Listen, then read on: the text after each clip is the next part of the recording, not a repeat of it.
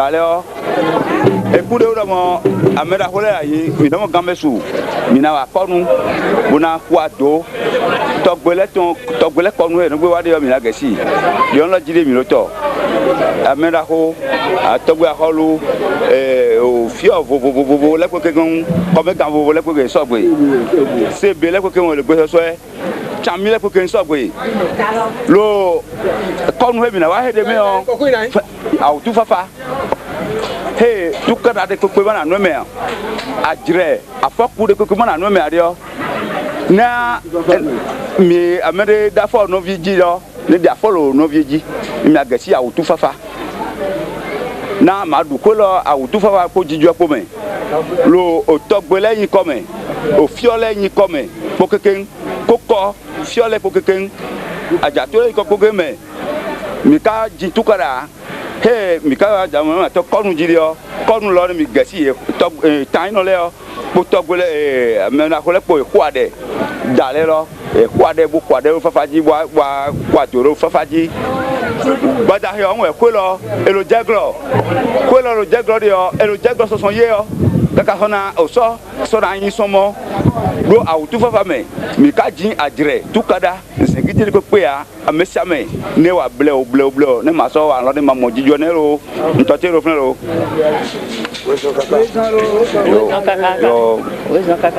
atin boy gere ko kan ya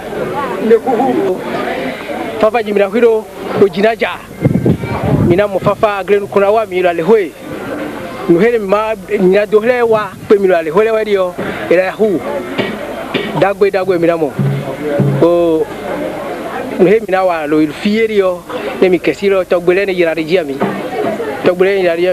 ne nyira do hekwe mi lo hwe de me wa yi bara hele jorio no panela wa mi de lo hwe me balo akra kune fafa melo ko mi na biolo lo henu mi tolo lo togbe hote ni come lo he mi na biore ne lo mi na biore mo ami he fofo hela some mi no bi hela some dio ma one we ne asolo ya nyo tolo anyo na me sia me amaso bawa lo ado he mi na ho hide ni come lo sukulu tagbo ne ko e anyo no wi ba o me to le so godio e cha amaso bawa lo mi na biore lo ado bulo me de ne lo mi tole fo ji mi lo kasiro mi ga kasibo o kasiro ina do me lo boyo mama leo boyo tai no da o leo mi yo boyo o zonu tai no o zonu mega o leo o zonu mama leo mi yo e ko ke mayo de bopo de a o to gbe won te mi yo we boyo ya ton o fi fa mi ni na mi de wa lo ne jeji ne mi wa lo ne jeji o bi ma ro ade ho e mo dale a to gbe le o zonu si fa ta me ka o ja o mi no do ado pe wa mi no du azan to pe yo wa mi no de mi fi fa ta wa mi no du lo o he mi tonu to gbele he nu ko he nu lo un la di ai lo to di ho yo bo mi lo buo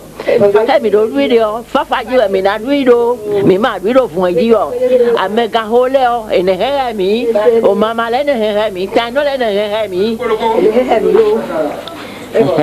ene he mi ne o dale o mi yo zonu o koko le ko lo po ke ene he do lo sesere ne he mi ko ta pe lo mi ano no sesere ne mi ano gesi mi ha holu zi po lo te lo na holu ne di bentele di amele tonu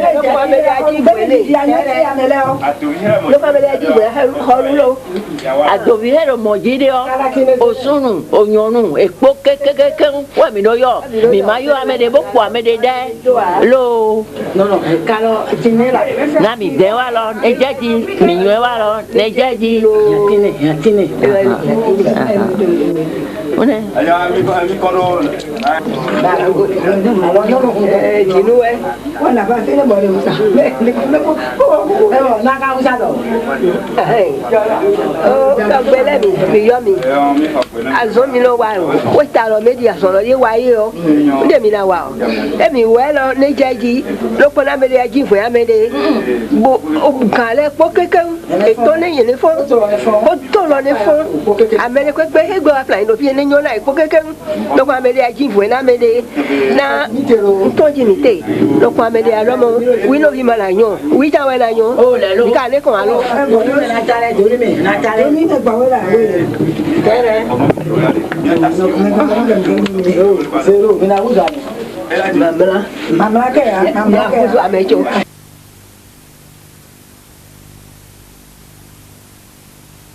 Vile toma na nyo, sunu toma nyo, toma no na mi no lo mi anu la mele u. O koko izero kokeke. Toma na nyo ade o na mi no lo mi anu mo la mele u lo. Ame lo mo Gabriel ma na no asi ko lo me ade o. Mi jam ko ame no. Ni jam ko wi.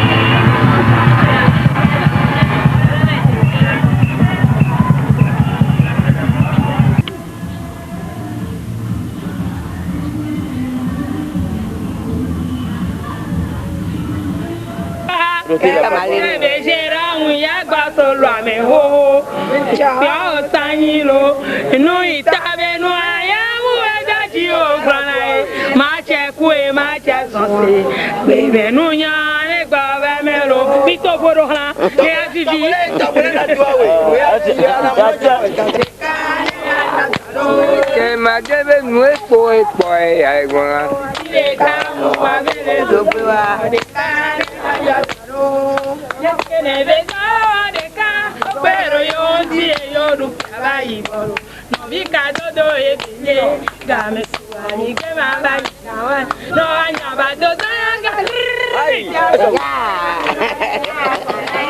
kama deo wa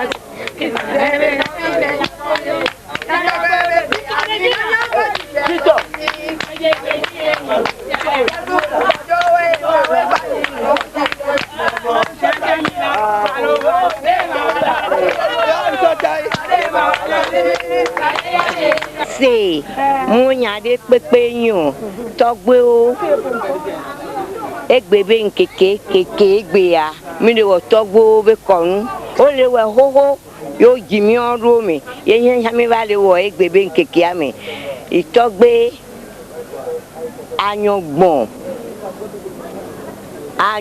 be yin ko mi togbe agbu togbe apo zacha asen gbenu won wa be ko nu ke o oye o jimi du emi a eye mi ba le wo egbe a e wa nto wa no gbe wa no ko na mi ne mi ano sensen de e ko nu aba no yeji ne ba no ndodo me ne de vio ne pita gbe va po a e wa no we edo odo mi nya mi ba le du ami togbo wa ojoe mi ravajo de vio ba no ndodo me ne de vio alekebe konua ne ba no ndodo me ne de vio ne wa no wele wa no yeji lo ye ko emi kele gbeje wa de vio ne fo me sia me ne ba fo afo ne no te alo ne ba no te ne obi o ndia mi ano na o nene ko ye obi o acha yo we ke ngbo ba jo e wa nya mi ra no we gba mi la ba jo lo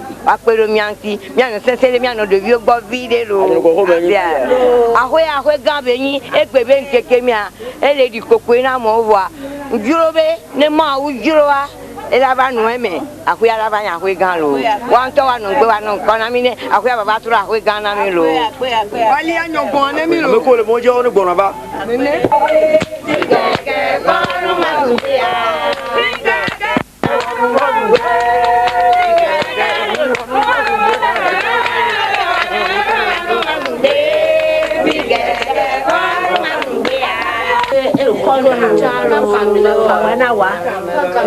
Saki, damele edomo wesulo amele pepe ame ne wa konu nto do pamele azi amele do hlabo o konu wa miro wa ke mi to gbere he wa na mi do nri mi do wa lo ajo wa mi no ku mi ku ajo so oyi o mi na hu nu aye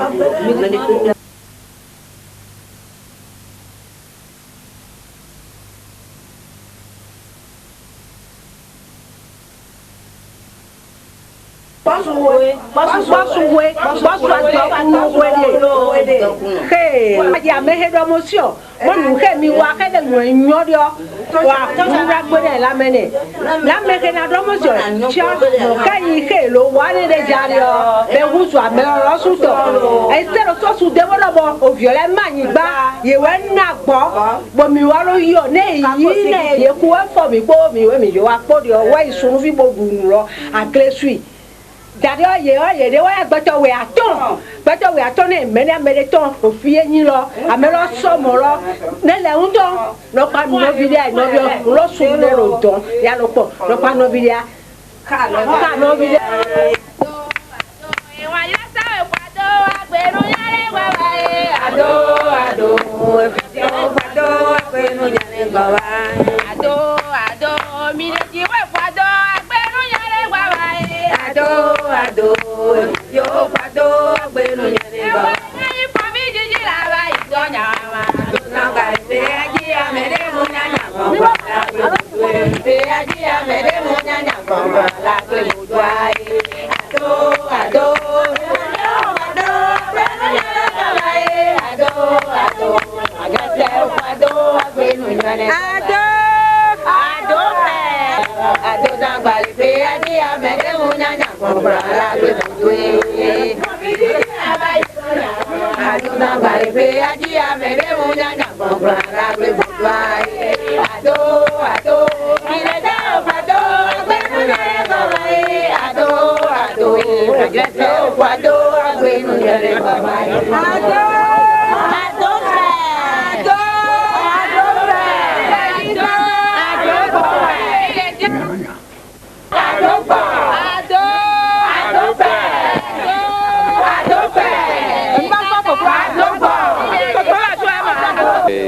Rugbe fio, Beteme Rugbe, Beteme Rugbe, Mité, et Nouveau, et Adjino Cousin, Kengea, et non, et dans mon Madou à 12 ans. Togwe kon ou nyami, ou milo ayo. Togwe le no gesi sa. Ke dale ka mi to dia no ho yin, we no gesi. Dale yo, mi ja mi swa, mi je mi to le fo dome. Do na flakulo, e no do bi donu. Wa mi ja afo to dome, e ga je afo to dome de o. Wa mi ja mi lo gesi o. Mi ja mi na ajo, mi vile na wa. Mi vile wa lo e na wa je afo mi to dome. Ba no godwa mi. Ba jado yo mi dakwa mi amele atosan lo kana kro gbede ya ka kro gbede ya boku cha lo togbo yo bi don le ena gesi do konu wen togbo konu wen kodolo na fo amesi amele se siende Togo lo pokeke fafa ne wa toroji na mi mesi amele se siende lo trome akaku lo se siende mi amele cha wa Bolo mi akona na mi lo lege siko de yo mi cha la mene fami asomene nyuami mi vile no se siere ne khoyo gbe wa ko lo mi cha mi ano wa mi de ne mi ano po mi na mi la sa du ko he mi wa de yo group mi ho ha me to lege e ko de u dio ameda holeo ene ko akakulo ne ya na mi so ezo awa akakula mi lo akwa mi akwa mi lo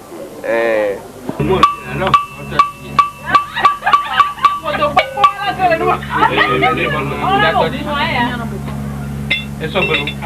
A côté de ça, avec pas mes vidéos d'atout la vidéo c'est la vidéo de dans l'autre de campo besoin de faire donc pour donner et pas bien la bongo no boîte no mais non allez pour les bonnes pas mais bien oui et depuis que les mains et donc ouais n'était ouais et nous y a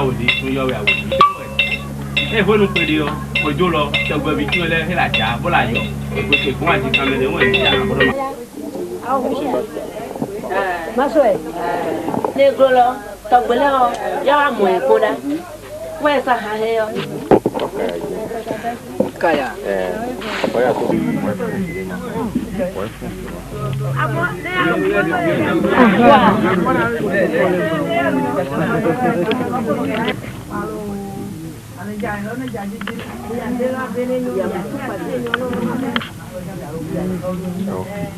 Va unune yo bene yo va bien la numbe peaja. Kokula sure kano na kami kwacha. Nya va una yo. Nya wa matele kokula sure kano na ka ava unole. Tagbo homo mo jemio.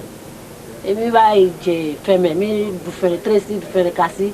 Ba plekbo. So kokulu data mene. So jini. Ya wa no. Lemi na wa acha wa so dagbe na mi. Nya be vi one fon, Jules be vi ne fon.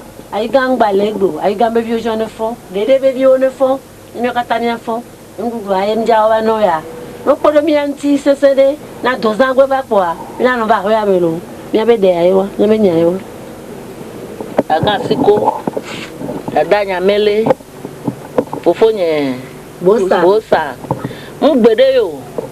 Ya be vi obe ebe la memu onwere va jinde me kpo be mi va pono kokwa vi be la memu onwere va jinde me kpo ele se mi abe yin ko be mi be ne penu so abe owu na nu na wa no le wa to ho mi bo mba na de pe na ya le fi yo be nu pe va we na duna enti awe na dozan va be o ne jagbare gbe kokura so de ka no de ka chan wa va na yi Ni va po ado aso. we va po ado aso le to sa ho mi va egbe a yo po be yo ma te so kokura so de ka no de ka asova asepe agbo le to sa home yo die feme yo play borika okoro bodon ti yo sova be de egbe ayo yo va no ndudu nenu ko po o sogun nene yo wa nenu ane tete dale yo nti ne yo so mo de mo ane ko ne penu agbesu pa be o la va no na mi ndudu lo to we siko kokwere gbrobe ye bi on de mesi o le gbrobe ina me aitoa ne sova nai eva po de le fie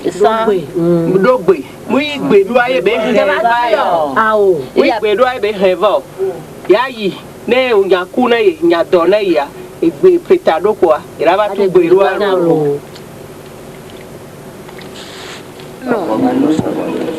Ebodo la di. Agbeta kuku oje la di. Ye ma de kuku. Yo dan ko e. Ataga ye ga ti o gbe. Gba ko e be prodo. O le bi o be wa podere yo wa na yo ndudu. Na me no na me si. E ga na me si. Yo na me ndudu bo mi gbe o. So zo gbe an ya. Devi kewe poto suku nyonu wa ba lo neseun bayi nu ne mi apata ami eye ne un so idome a ole to fero fengine nku vole ngba po ebi ele do ho ebo to le gbon apara to azeto gbon apara to sigbeleke ati ogbe kini na ebi ba yo bataga le po de bi ola no kudoga kununyona le si adera suwati me ere muleji kengba ho tagbo la dunwa ola kan de da ho ya me enu ara inu lolo titride la gban lo de bi o si me elo me o Ghana o yobode o ke npo yobode wa yan la yobode do mbo ke nkeke me gbata mi apo e ne ba su mi asi me ere muleji nyen leji do nyen gba leji ku nyen la ho wa kwiti wa ataga ye kutonyi o ne do aro ne eye muleji ne nkeke abanyo ne de bi o na me de pa wa yan wa ho ga me be bi o yin o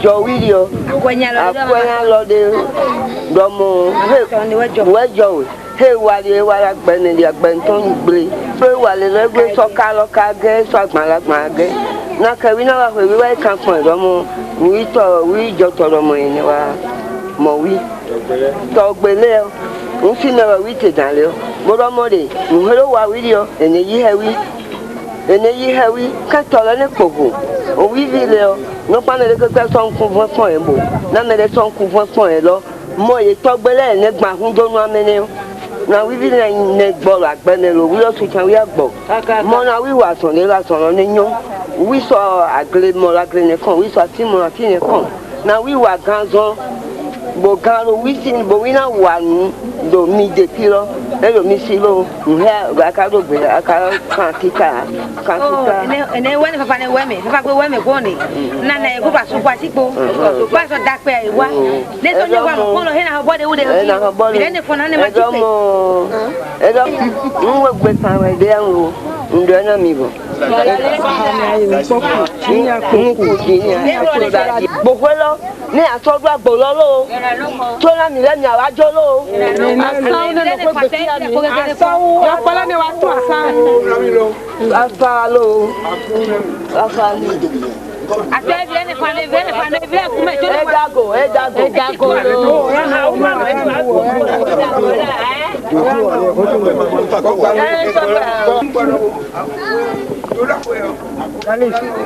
Kalis. So baba ho me a. Alo ma de do lo boto na. Ko su gagoro ha se su baba ho me a. Su enu kala da. Se su baba ho me ala da. Ko su gakodo. Agbenya do aloko gbenya do ahumaka. Wala una cambio mi. Akala ku jojo me. Kan kwe aho. Mwa wato ma fi. E wa finya. Kan kwe aho. Bato mon le wenya kan kwe aho. Yo, fike na kan kwe aho ko bote do. Ye wenye. We hambudu chi botokuna. Toto. Bagato kwento no flan dans na yilo. Anamo a matin le go le do. Ojo chi don. Fike hambu chi don. We ne yora rosan. Na tongo ko sangwelo. Non la ute. Uno jobio khulbe. Jo biasa sama. Vamos, ele só joga minha jogo. Só joga boli. Gana me echa ko atrás. gala o fio ton frère so si khwe katambia gala lo tane o no o ezo kakabo je fia neti no potelo pami ton o do frère sa galo wa ya neti no gbo ko wa neti na le o frère de marmoya o je frère de lo mo do ga ne tote alo todo yo na ese so di quino do ga ne do fa o yo na wa o do fioro gala ba sin pe ji katambia tane lo fone o 12 o hala de lo fi o yi de son kakabo ya komene ale o e kalmoya o so so do kontana ka khesuro bu sama ale pona wa jaije wala be o son pona jogandi o e do fone ka na ido ko de awon ko ni o ganton o botana awon fi eton bo wa to ne mo so kande me mo so pala o je so de do e be o son e plan de bo so de o kabo je sawe mo je so de do kabo je veve bo so de do kabo je baton adamo àwọn awitan ti to ko je en baton en yoro o khemi lu do machine lo te fidario nan de ble wi lo po wa no wi no hotun ye bai baton na gbe do ko khemi do de lo en am ble da barama wi do ko ma mo do ko wa ya en am ble do ka so mo no bo me en a huwe bona diwe bona don metto le canno fia don tiria do atawana e me le kono do khona lo baton gbede ya ele e do frembora so eton bo so ha dio bo a do gan o bo so de ka bo aja veve bo so de ka bo aja sawe bo so de bo ha ji ka ba je afi ho me buto kuna o ya na ne pana do wi o yi no hede ka ko ya hode rona tite rona zo mi ho do ho fle o mi akla ku wi pom mi ho ma ho de ko kana de ya ne wa mi aju du pom ko to lo e jen ko ne e pa ka bo so afne o so bon ko nton gbe wi ajapade fi ko yo do ndo fun dale ho de ji nan plan na khiat ka ko ho yo do ri lo fun so do fun bo do we mi ton aso tum we ho he mi no bade fi mi no bo savore si gi ho fun ho mi ton do we mi ton aso tum kiasan we plan we so ado ora me lo fiano ba du fiare di e lo we ka du fio mona we du fio dans les na yi kakabo baton e do bole waro mo fio kono do gode ya e na de so ka na we lo we ka no so ko de ya e na o we lo do ne du fio na we anya ho aga we no nkone fia ho na bon do ba de la kodo na we amo e lo nubo e lo we so hen so asin ko di tune we da mo ne ya nya ho aga ron kone we do ne do mo o fio sin pe ji no so do hele na we ko bo ne gbere lo na we na no we ka du ta gbere anton ya kraku mo ya kraku tato we na no so na talo ya no kango ame do fido o va pour que we na hodan so de we na ba o je nefin ba habore we no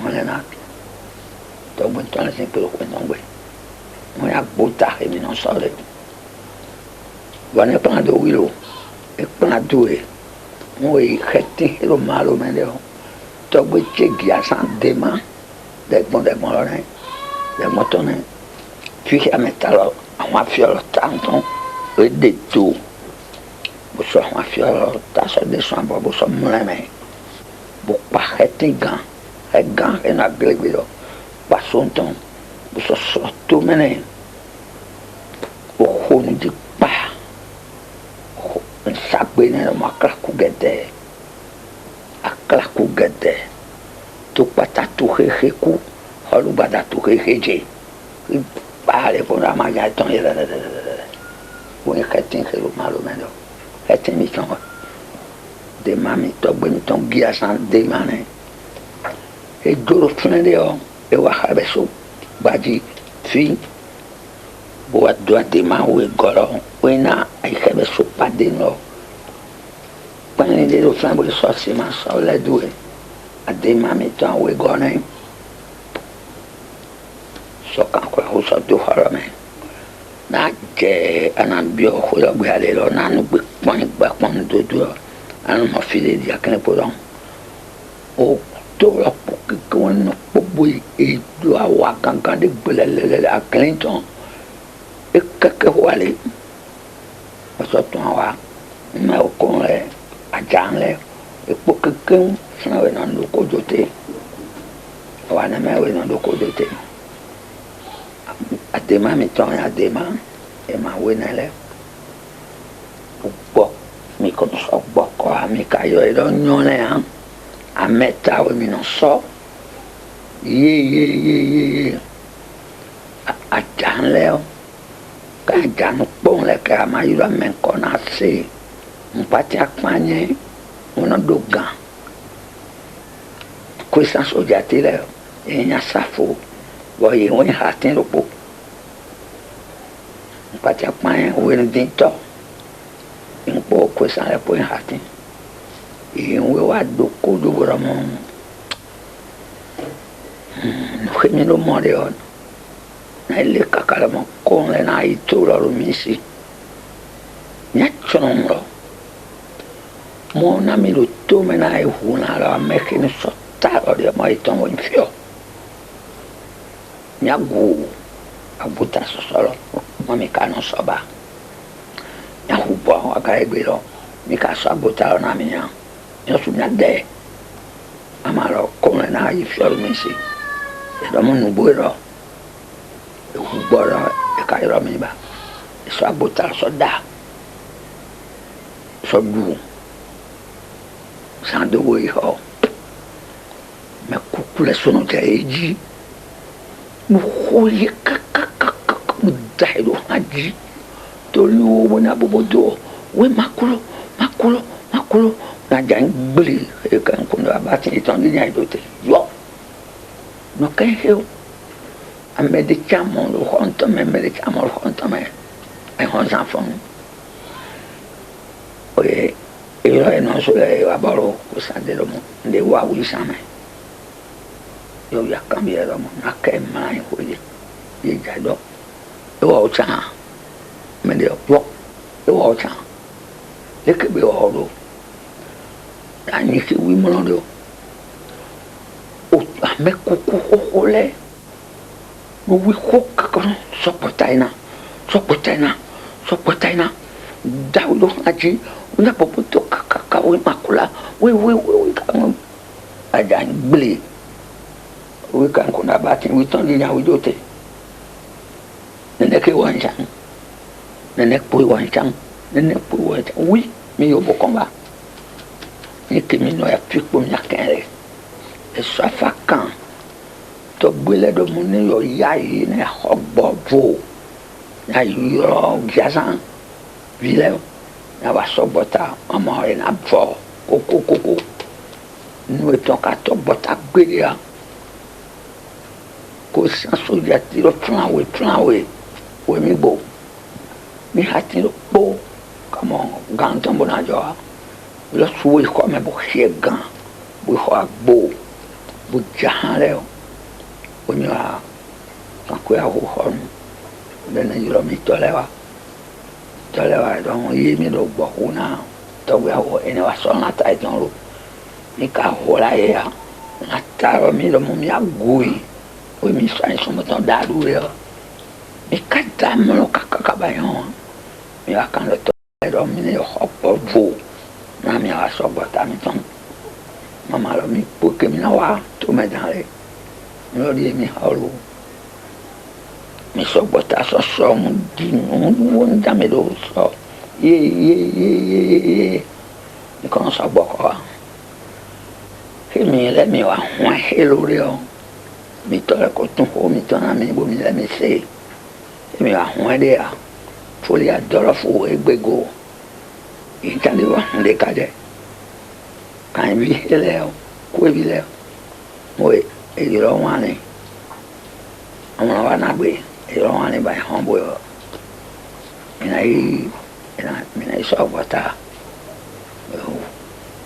nana ame o ziyan ke wa dɔkita lɛ o mo fo aɖe gbɛnɛgbɛ kɔbɛ abi dzini wɛ sengbɛnɔnu esɔ xɔ aɖe sɔ do xɔ lɔ mɛ keŋ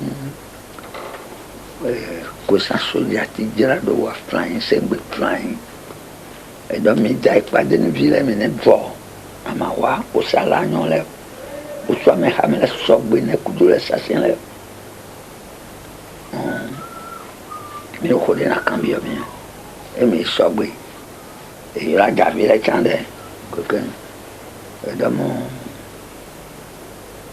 ne ʋu gbɔɖo fi lɔ ne kenya sɔgbɔ tadza mi dɔ mi wɛ lɔsɛnɔ kɛmi nɔ sɔsɔ gbɔ tadza ne ʋu gbɔ fi lɔ bo ye mi wɛ ne wa sɔ ta lɔ de ne de gɔmɛntɔ ne se ne tún o ŋutɔ kan bi lɔ ne kudu elɔ wi ka de gesia wi ka nyɔɛ ba dɔ ɛdɔ sɔgbe sɛsɛnde elɔ wi ka nyɔ ne kudu bosu o kɔmɛ o nyanya se ka ni sɔsɔ na gbɔta o amebula o fɔkpo amebula va sɔ ebe ta sɔ ya koe se ka dzi bɛ o amega ne bi gesia daje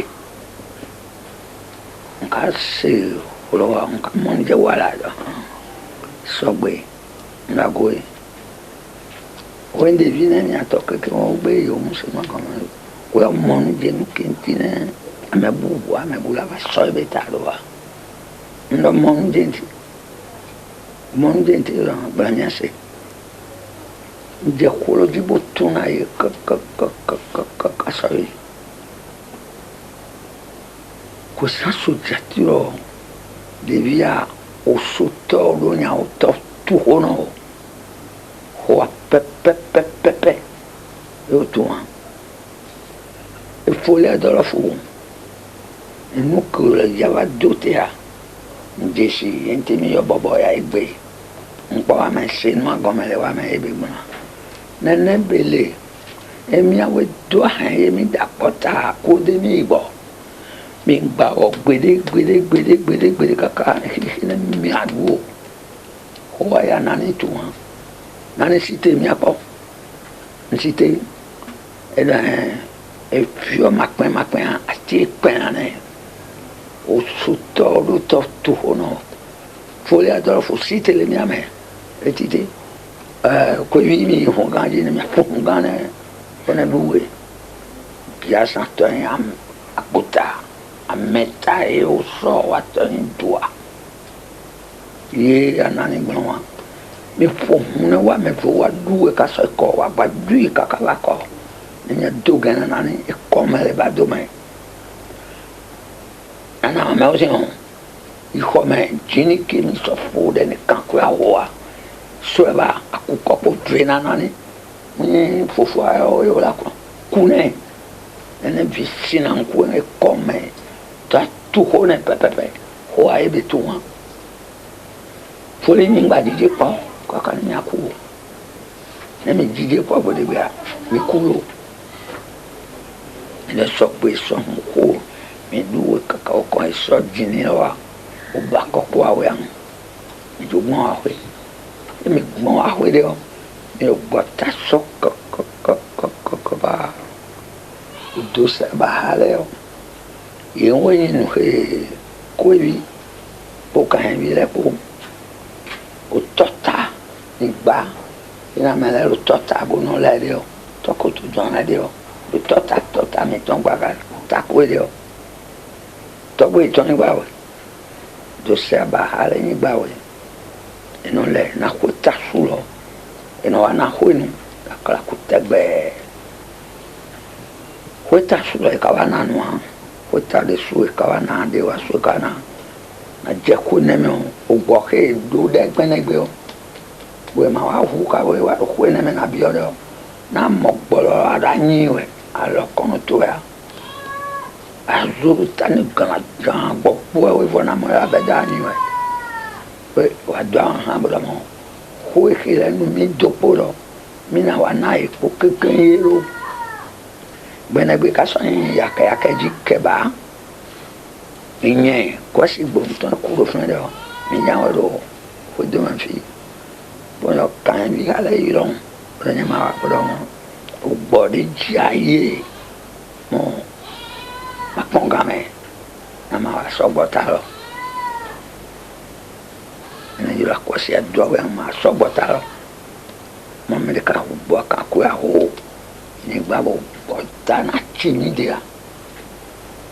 Não cai no do tom que a boca é com a roupa olha minha só tá lo no só botou a coisa e só borrou que dá mais o eu me sou me mal aí mas só botar a mim botar do pouco e como botar por bofote né e como né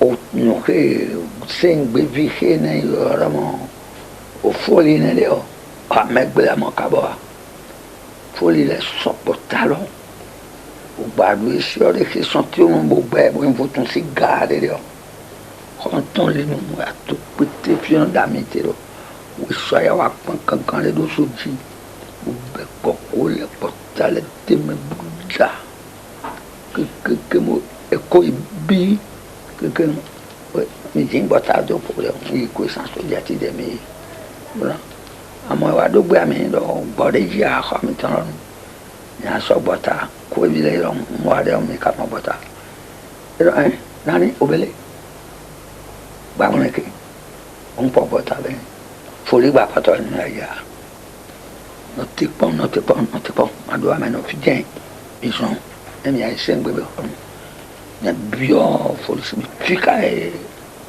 bota ke boko we gba be tare ma Amigo, è rubato anni, gioco fuori le due pane, o bottami tombino sul chilo, non ho conto grande. Non gli do, e cagione da magam, papà i domini, e quello fa un anno va, e vai a bottare sopra un po' bottato, ficami due bottato. Mi va 4 anni a girare. Siap tadi. Macam baru luar. Foli. Nak ibai. Nak ibai ya. Mati nono. E che mi lavanya doa. Banga cosa me dondone notte. Mi chiappa. Fuanane. Agominci. Yang to mi lai do la nya mi jago nya mi chapan kani ya tu ko taku boko ke po foto mi chau ke mi do ma mi ando dis koruji mi to mi adre ka nya so do a homele wa be to be ho anlo ne mi agba gbe nyama no keo mai e jampa kan kudu bota humdora un sokun wa do khotun avec gagné jouer oui c'est ça de même pe akole kon le dit que et le souhait de ta main pour dire quoi mais ai quoi ça sont les moins de pour en akwo no no jere pon le boa de ka du ji gbede a mi oji ne ho me so je ni grupo na wi so namboro wi to akwa ni na ke mi so a no pon mi asen ko men no e lo su jana zero ta ka ba do mi e je ka bo so adu ne pa kwa si por ho gbe fi do o amo be jina do we pli we de do o so bota o so de me mi leo mi we akla kutato na akla ku na ya fide lo mi we no mo ne bai ma vivi kono to wa bitan je gba se pono no ko gbe lo o che me don ayé fúrúkú àmọ́ ibò ẹ̀ máa wò é ẹ̀wà kan lóye ọ̀rọ̀ yẹn mi lóye hàn ó ń lọ́nà kẹjọ rò ẹ̀dọ́ ẹ̀ mọ́ nàkì àkàrà kójọ́ òwe rẹ̀ ó tuntun tán wọ́n mi lóye hàn ẹ̀dọ́ wọn náà yẹn ṣe àkàrà kókó lọ́nu gbóntàn lọ́mọ nání àgbàǹso wọ́n náà mọ́ wọ́n náà tún kó lọ. Mi lo me lo we ma wa et des photos retiro wa le demain faut les demain so bo retiro bo de photo bo la mo mi ton yin retiro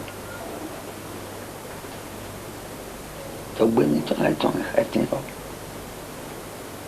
mo so photo le va e fie wo ma ko bu photo lo hohe amoke hotuntun akla ko amoko lo kajoa mo e demi o sa evolo po boro mi lo mini amona atun ko so akla ko na ya ona so ana mi ngon boja ngon so we etani tun holo we e so wa ke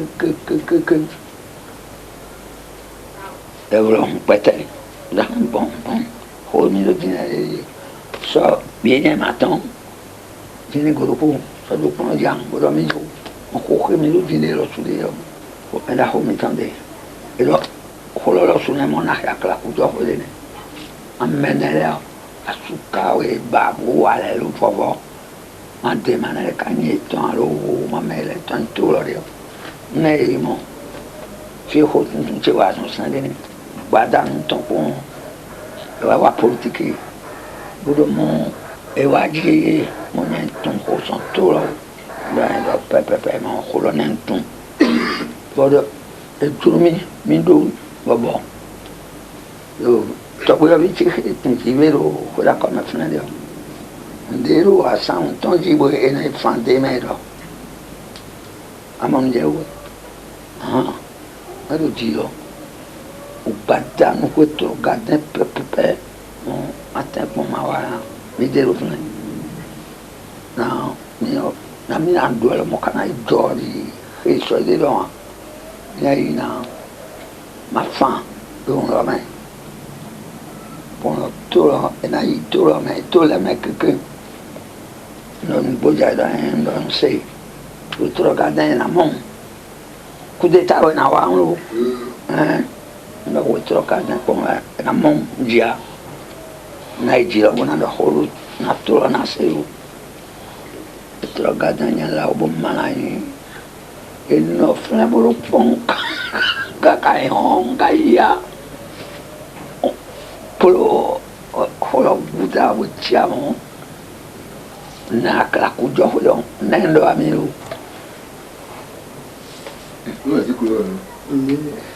àwọn afiọkẹta mi gbọ́dọ̀ atọgbẹ mi tán gbọ́dọ̀ àsìnpẹkẹ jíẹtẹ ló tọgbẹ sìnpẹ mi tán ọmọ kàtàmbí àìlùtà nílẹ ọ ló tọgbẹ sìnpẹ mi tán jí kọkọ àbọlà fúnfún ògànbí lẹ tí a ń do yàrá gànbí lẹ àhùzù kọ gbogbo lẹ àsìnpẹ lọdún fún ẹ bó fún ẹ lóye máa wẹ táyà mi hòtẹ́ẹ̀lì pẹ̀lú fún ẹ yéye àsìnpẹ lọ ní ahàn kɔtse wo tsika nɔ nakpɔ hɔn tu tse tame lɔ dɔke elu do hɔn tu lɔ tame lɛ o amewo asi kpe lɔ te lɔ nagbe tasi kpe lɔ ne gɛsi lɔ hɔn tse tame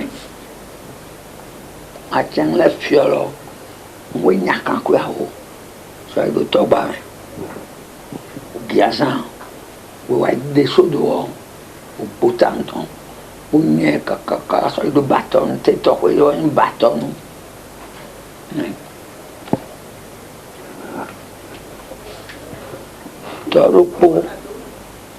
Narupo vi we halu bada kakao biasa we na atoma la itong o kia sa o ya hwaga aso ya ono ware ne o fonton wele ne plein d'eau o fonton wele no plein d'eau o ya hwaga he non como ne ya hwale o agbeto atonele che o ni khati khiro malo meleo e non cotona io sto mettendo che siamo buone talo mi a questo non lo può via no e non è leo e poche che già come non botte buon da buttare me lo con de lo fu fottando quel bato me che sa non da ya que besu a dono pombo na morha no bolo do jalo ame ina iba e so butar po afotele po ina so con lo dos en lo di bokwe ouais la no trensa to mina de ame na de de wo na so bu na da e biro na sensu zelo so ado dos en lo con au frère mais la nuitée coco mais les comme un bruit de huevo bien qui a genre non nuitée mais il on a ando alle hudo amelio ya nani avanzo ya mercrido telo che a san on robotati so io mi odamo o tuntu mi tane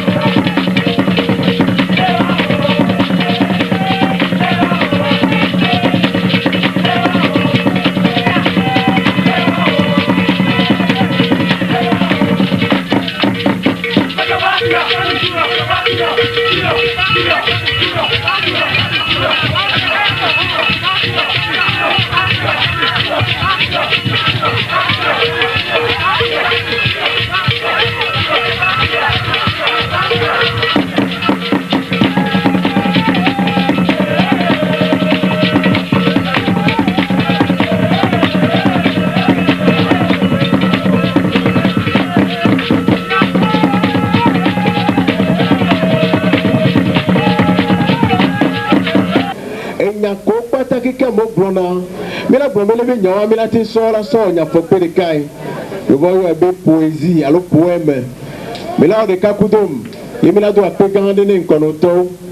Mesdames, Messieurs, c'est avec plaisir que je m'en vais vous présenter une dame, une toute demoiselle qui vient de Foncomé, qui va nous présenter un poème assez suave. À 12 ans, c'est bien le titre de ce poème. Acclamez haut et fort, mademoiselle Cessou Afi sur le podium. Cessou Afi Sena, résident à Badomé. Elle va vous donner un poème dont le titre est À 2 ans, par Asiposi Vincent. Ado, ado, ado, ado. Oui, ado est la caractéristique de la communauté fond d'Aklakou, composée de 6 quartiers, à savoir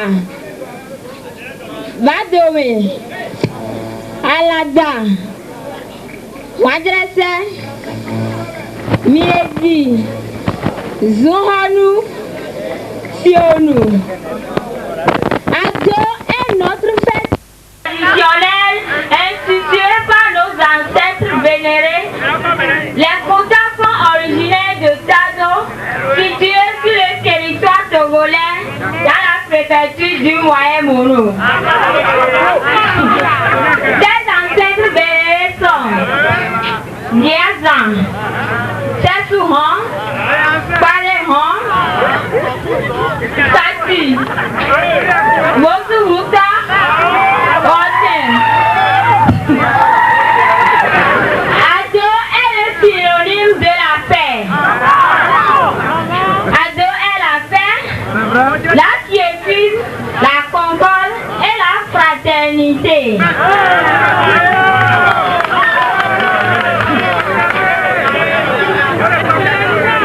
Ado est célébré une fois l'an à la fin de l'année en décembre. Ado nous donne l'occasion de régler nos problèmes. Le mécontentement que réel sur tous les plans.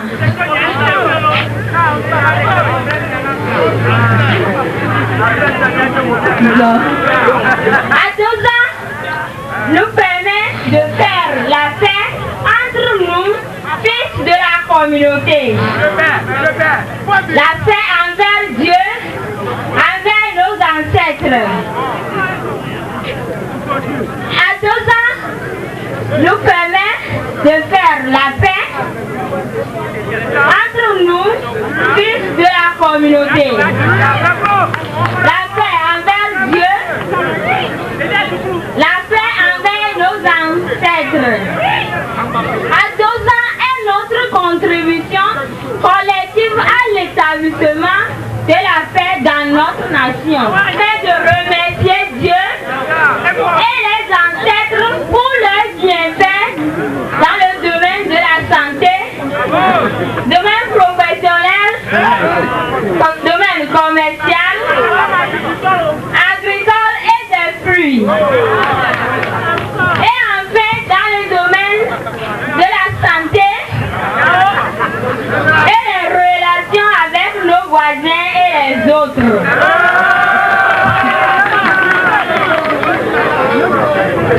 À 12 ans, dans le 3e sens, donne à la communauté fond l'occasion de la reconnaissance, de la fraternité et de l'amour entre nous tous, fils et filles du terroir. Fils de la communauté fond, à 12 ans nous interpelle tous. À 12 ans est la reconnaissance de notre identité coutumière. À 12 ans est la valorisation de la coutume fond à travers le monde. À 12 ans est la sauvegarde de nos valeurs culturelles et coutumières. Doit-on renier ta coutume au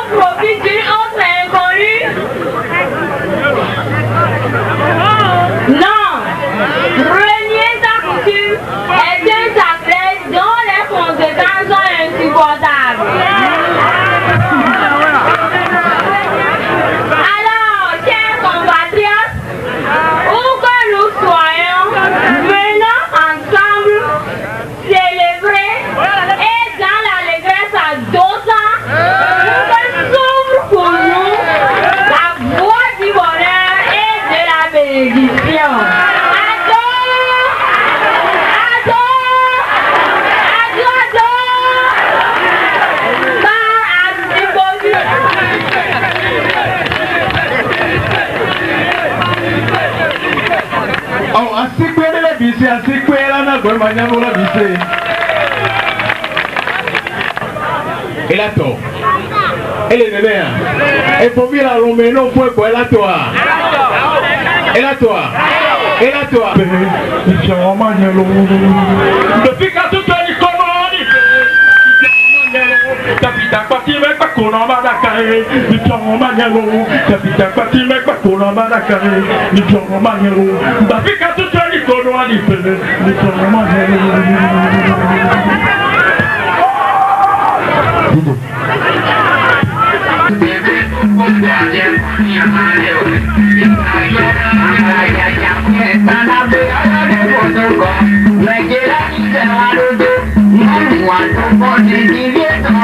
Cuando